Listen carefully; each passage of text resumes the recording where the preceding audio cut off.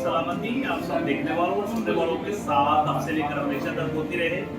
आप देख रहे हैं गॉस्पेल चैनल यूएई बाइबल की बातें प्रोग्राम का एक नया सेशन। इस वक्त मैं दुबई में जबल अली पार्को कैंप के अंदर मौजूद हूँ और यहाँ पे हमारे कौम के मुस्लिम नौजवान मेरे साथ मौजूद हैं। आज हमने क्रिसमस की एक फेलोशिप यहाँ पर रखी थी ताकि हम खुदावंद के नाम को इज्जत और जलाल दे सकें। आज का हमारा मौजू है ईमान की बरकतें।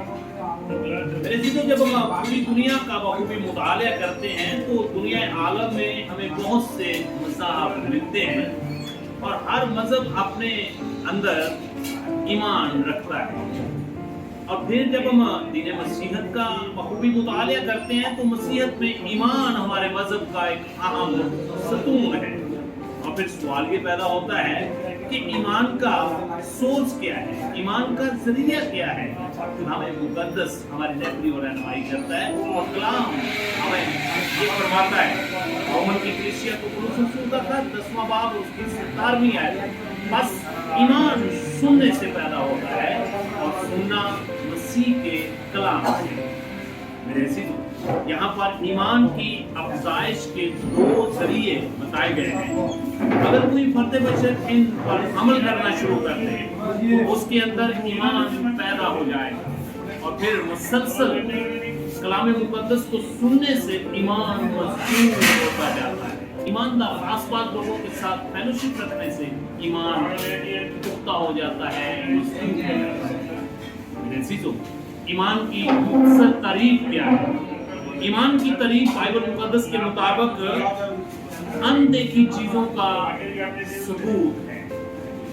इब्रानियों के नाम पौलुस रसूल का खत उसका 11वां बाब उसकी पहली आयत के अंदर लिखा हुआ है, अब ईमान उम्मीद की हुई चीजों का इत्मीनान और अनदेखी चीजों का सबूत है।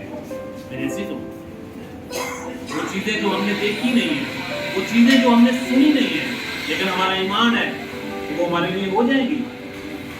वो चीजें जो हमने अब तक हासिल नहीं की, लेकिन हमारा ईमान है कि हम वो हासिल कर लेंगे। चाहता हूँ कि यीशु मसीह ने अपनी हयात तैयबा में बहुत से मौजज़ात किए, लेकिन वो सारे मौजज़ात जो हैं बाइबल मुकद्दस में उनका अंदराज नहीं है।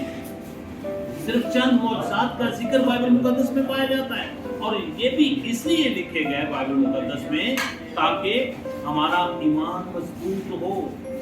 यूहन्ना की इंजील उसका 20 बाब और उसकी 31 आयत के अंदर ये बात लिखी हुई है, लेकिन ये इसलिए लिखे गए कि तुम ईमान लाओ कि यीशु ही खुदा का बेटा मसीह है और ईमान लाकर उसके नाम से जिंदगी पाओ।